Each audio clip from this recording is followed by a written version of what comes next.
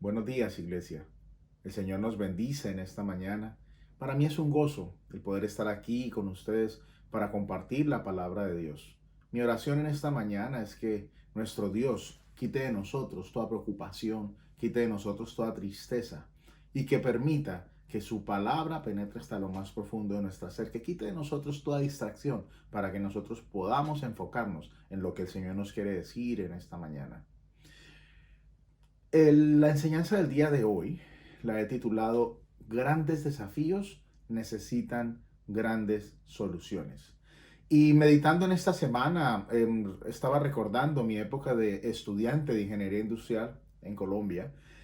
Teníamos una clase que se llamaba gestión empresarial y allí se nos enseñaba que la mayoría de los líderes o dueños de los negocios esperaban que sus empresas fueran exitosas y crecieran de una forma sana y positiva.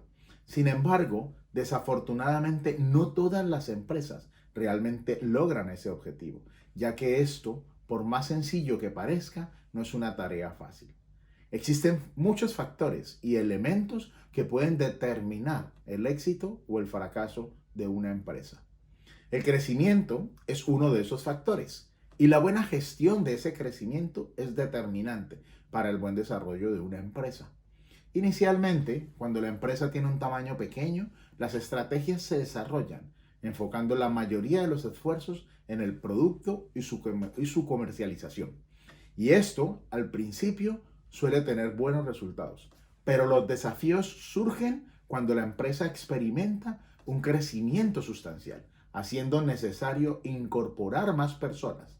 Y el aumento del personal provoca cambios en la organización y en los recursos que tiene para poder mantener su crecimiento de forma consolidada en el tiempo. El peso de las tareas de dirigir, gestionar y planificar todas las labores que se desarrollan en la empresa se incrementa y la persona o personas responsables de la gestión no pueden estar en la parte directiva y en la parte operativa al mismo tiempo.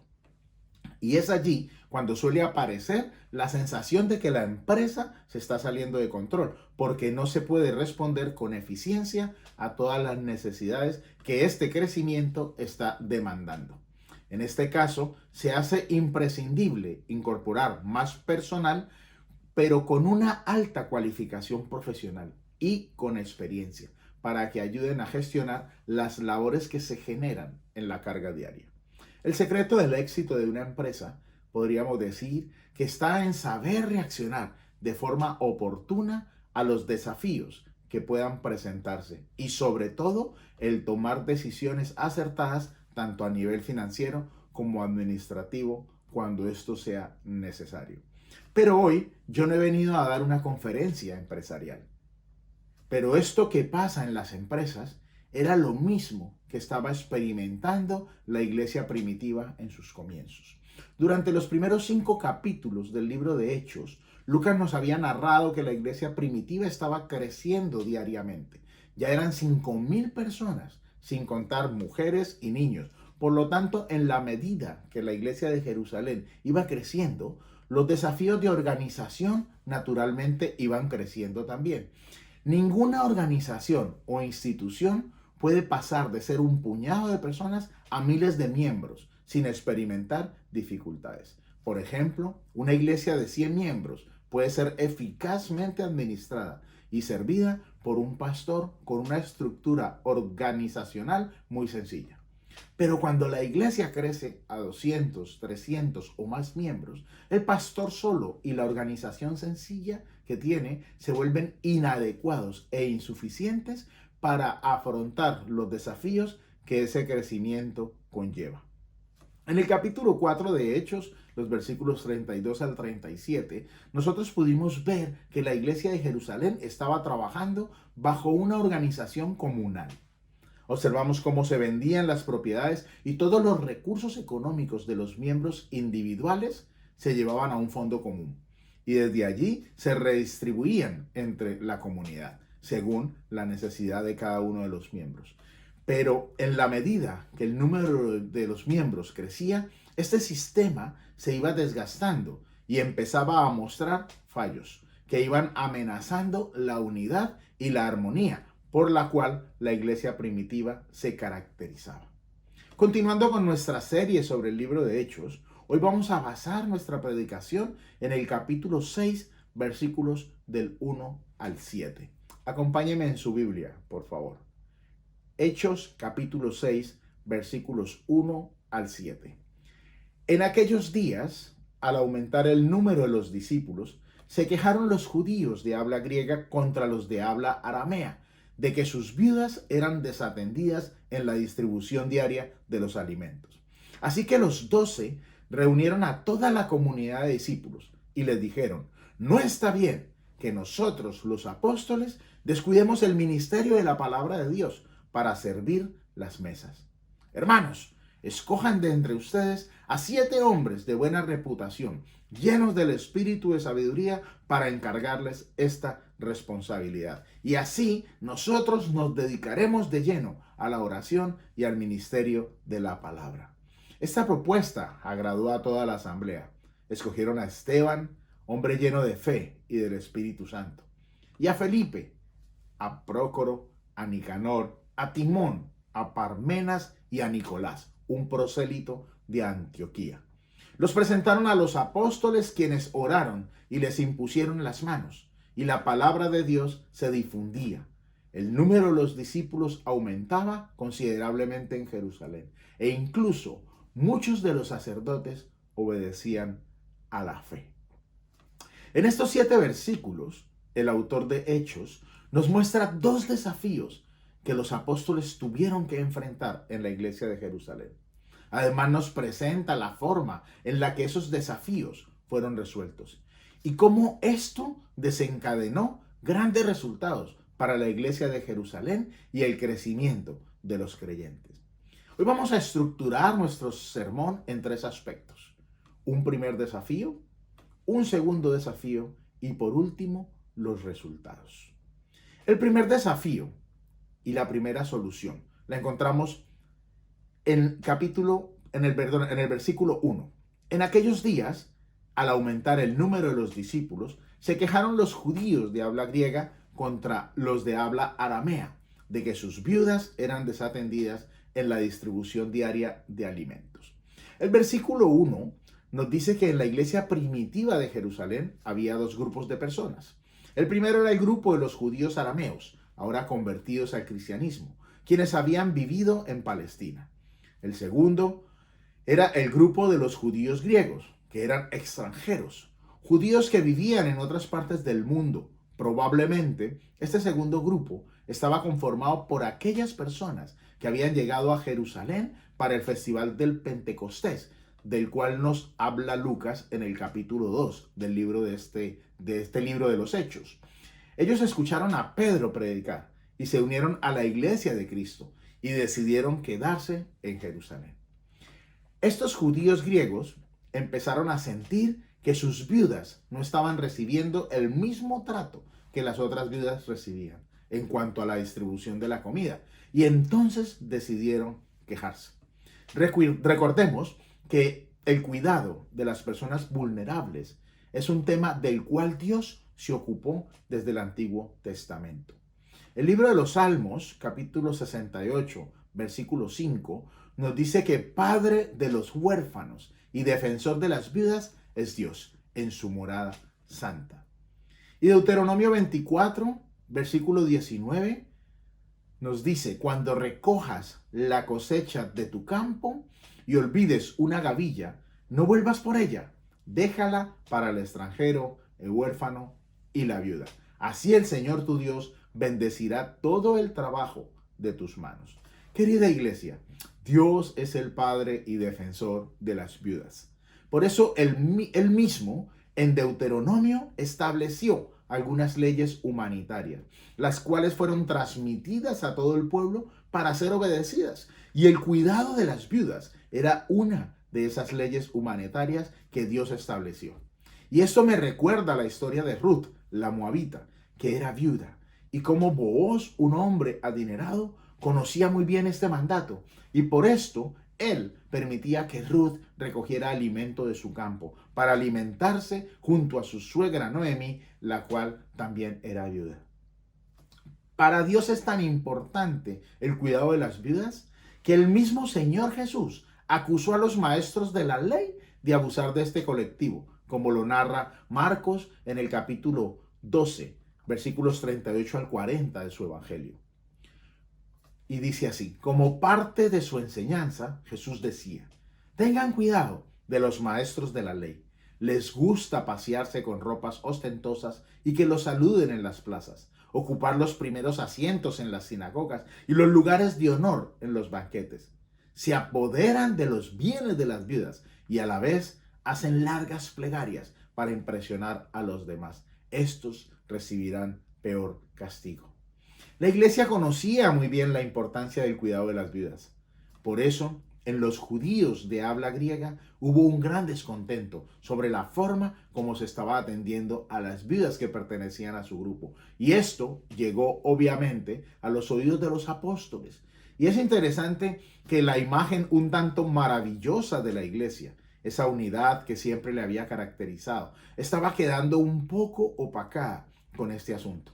Había tensiones y dificultades en la iglesia. Había diferencias de opinión, lo cual es normal en cualquier comunidad donde no haya imposición de las ideas. Hermanos, no hay iglesia libre de desafío y de quejas.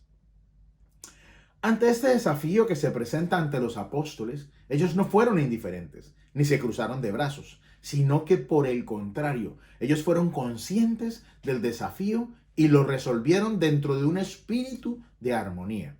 Así que los 12 apóstoles reunieron a toda la comunidad. Y es interesante la manera tan maravillosa que usaron para resolver este desafío. Ellos reunieron a toda la comunidad. Ellos no echaron fuera a los hermanos que se habían quejado. También los reunieron. No les amonestaron por expresar su malestar. La iglesia no se dividió en 2 o más congregaciones y no pusieron las personas descontentas a un lado del servicio. Por el contrario, lo que hicieron fue involucrar a toda la comunidad en la resolución de este conflicto, diciéndoles: hermanos, escojan de entre ustedes a 7 hombres para delegarles la responsabilidad de la distribución de los alimentos. Aquí vale la pena recalcar que estos 7 tenían que ser hombres, pero también merece la pena recalcar que todos somos llamados a servir, tanto hombres como mujeres. De hecho, podemos ver que las mujeres fueron fundamentales en el desarrollo del ministerio de Jesús. Si vamos al Evangelio de Lucas, capítulo 8, versículos del 1 al 3, nos dice Lucas que Jesús estuvo recorriendo los pueblos y las aldeas, proclamando las buenas nuevas del reino de Dios. Lo acompañaban los 12 y también algunas mujeres que habían sido sanadas de espíritus malignos y de enfermedades. María, a la que llamaban Magdalena, y de la que habían salido 7 demonios. Juana, esposa de Cusa, el administrador de Herodes, Susana, y muchas más que los ayudaban con sus propios recursos. Y también las mujeres siguieron siendo fundamentales en el desarrollo de la iglesia. Ejemplo de ello lo veremos más adelante en el estudio de este libro de Hechos, cuando hablemos de mujeres como Lidia y como Priscila. Estos 7 hombres que se escogieron tenían que salir de en medio de la propia congregación, pero era imprescindible que tuvieran ciertas cualidades especiales que se enfocaban en el carácter de cada uno de los que debían ser elegidos. Y eso tendría que marcar una gran diferencia con respecto a los demás. Era muy conveniente que ellos fueran, primero, de buena reputación. Los apóstoles estaban mucho más preocupados con la calidad interior de los hombres que con su apariencia externa o su imagen. Estos hombres necesitaban ser de buen testimonio, tanto para la comunidad como para los de afuera de la comunidad. Segundo, tenían que ser llenos del Espíritu. Las personas que oyeron el mensaje se habían arrepentido, creyeron en Cristo, se bautizaron y recibieron al Espíritu Santo, como narra el capítulo 2 del libro de los Hechos. Pero ser lleno del Espíritu Santo es mostrar el carácter de Cristo. es evidenciar el fruto del Espíritu Santo, del cual Pablo nos habla en Gálatas 5, versículos 22 al 25, cuando dice: en cambio, el fruto del Espíritu es amor, alegría, paz, paciencia, amabilidad, bondad, fidelidad, humildad y dominio propio. Y no hay ley que condene estas cosas. Los que son de Cristo Jesús han crucificado la naturaleza pecaminosa con sus pasiones y deseos. Si el Espíritu nos da vida, andemos guiados por el Espíritu. Queridos hermanos, la llenura del Espíritu Santo en la vida de una persona es observable. Es decir, que debe existir una evidencia visible en la actitud, las acciones y en la eficacia. Y por tercero, otra de las características que debían tener era que tenían que ser llenos de sabiduría. Debemos tener en cuenta los dos aspectos de la sabiduría, tanto en la comprensión del conocimiento o sabiduría académica, como en la vida inteligente o sabiduría práctica.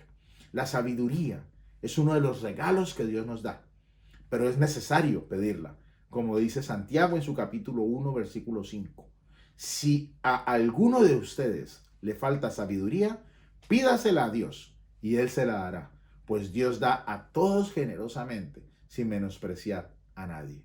La idea que tenían los apóstoles no era elegir a cualquier persona, sea por amistad, por afinidad, por capricho o por emoción, sino por el contrario.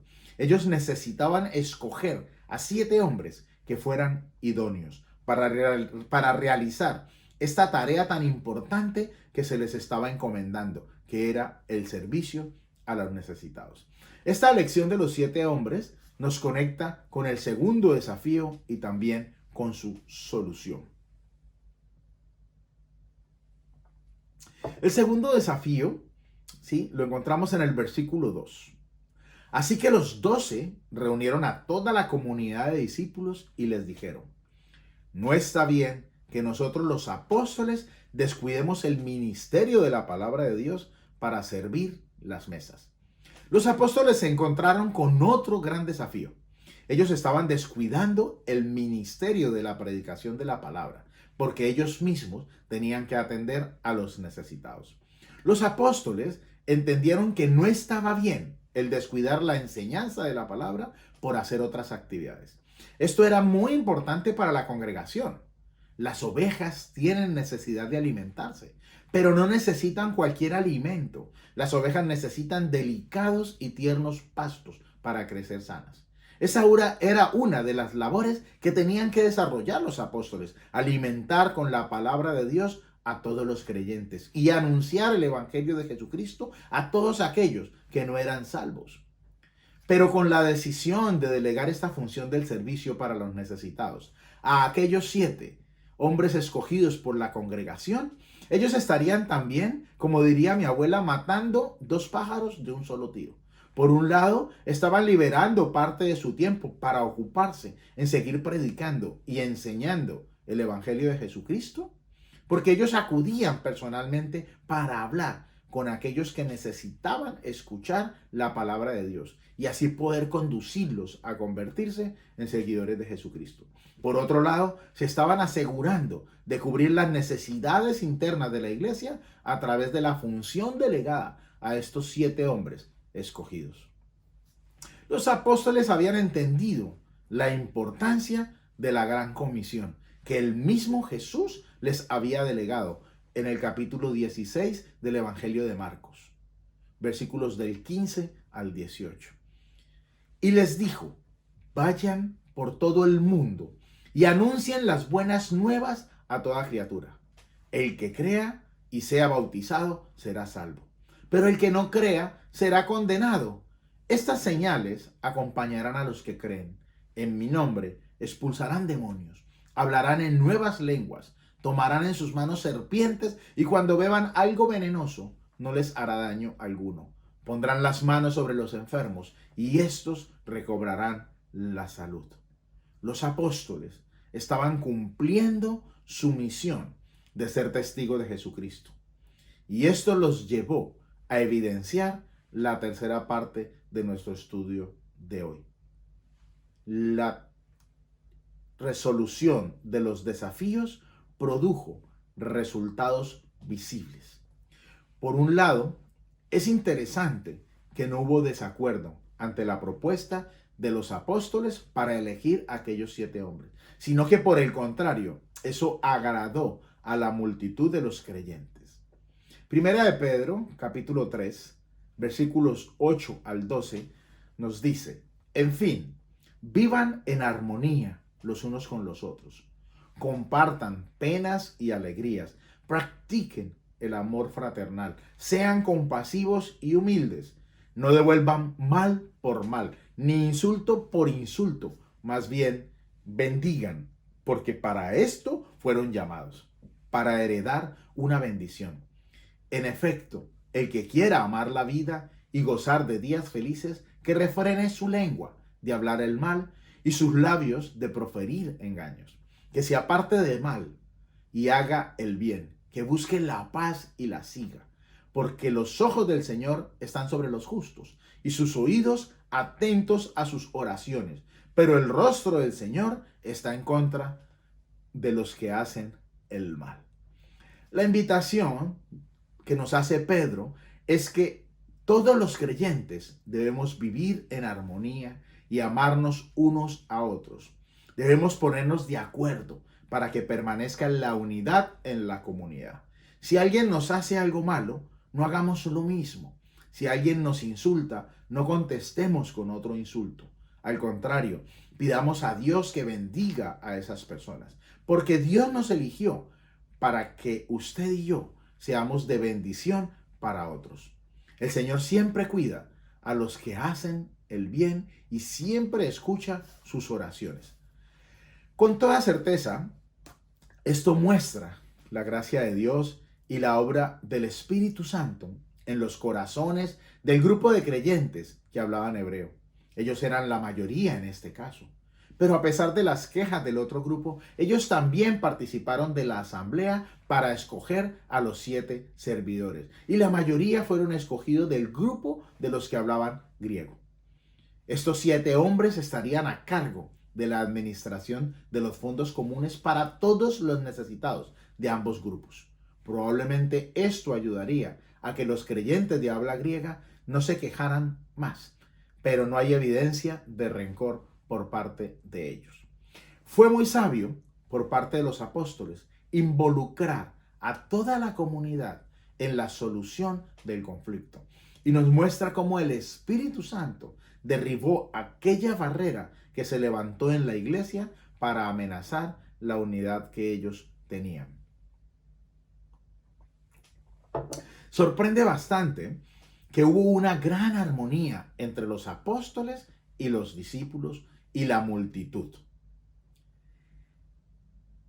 La multitud fueron las que escogieron a los 7 y luego ellos mismos los presentaron delante de los apóstoles.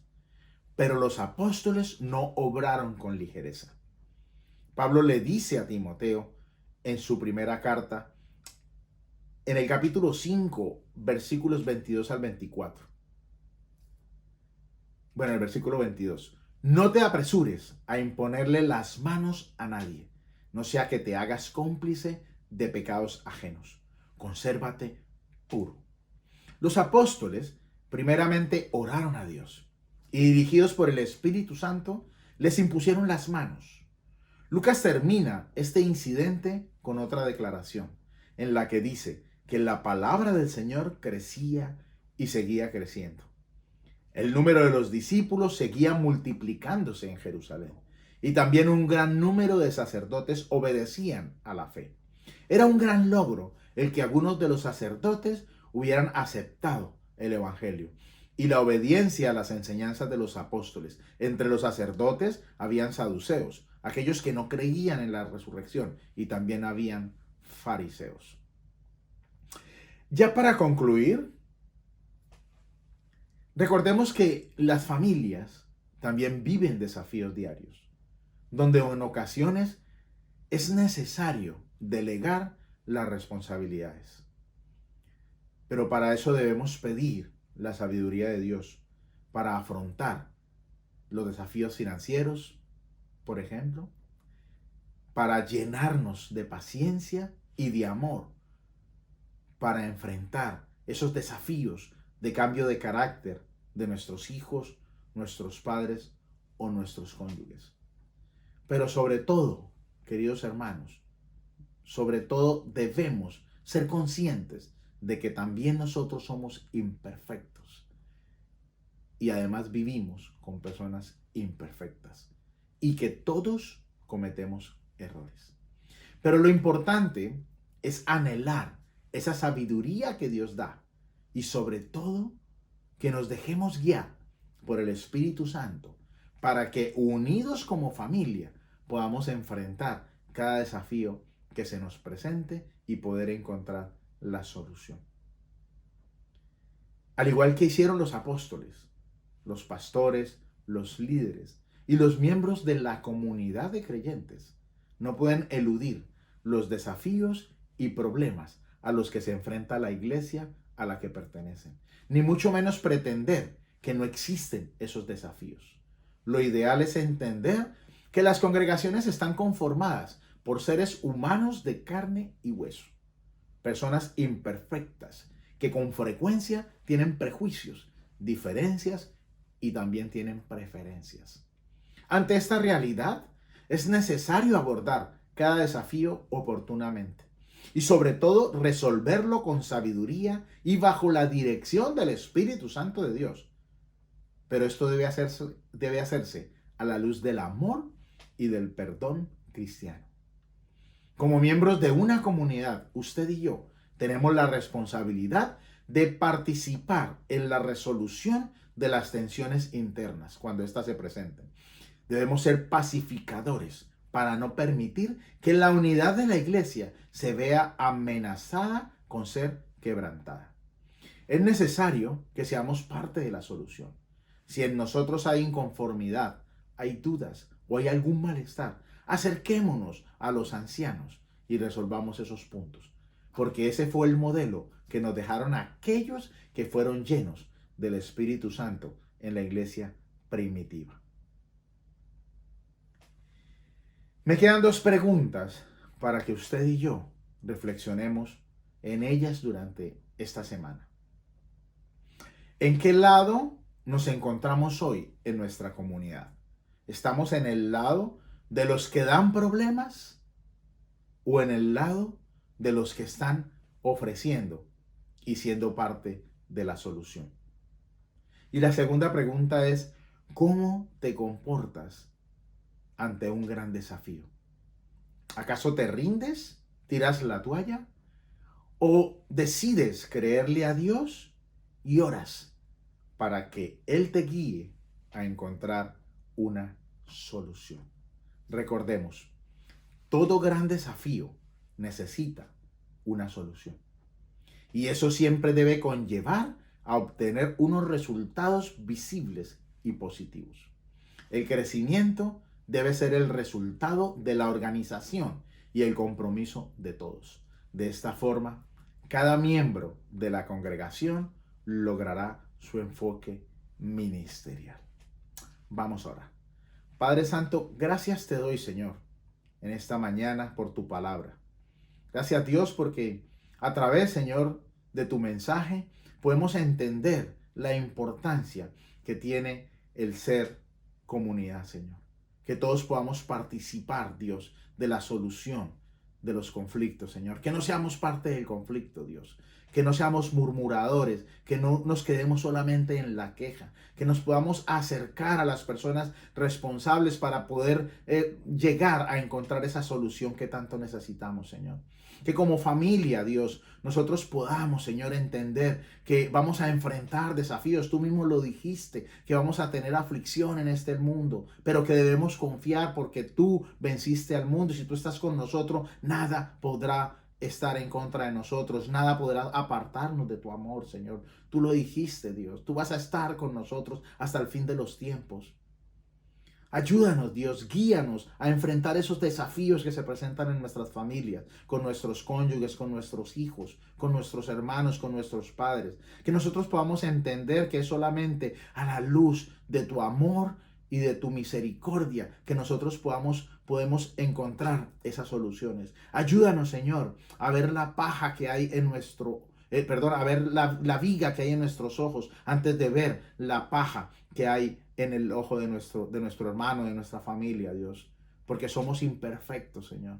Somos imperfectos, solamente tú eres perfecto. Pero guíanos a alcanzar esa perfección en ti, Señor. Ponemos en tus manos, Señor, nuestras vidas. Ponemos en tus manos nuestros recursos. Ponemos en tus manos, Señor, este día, Dios.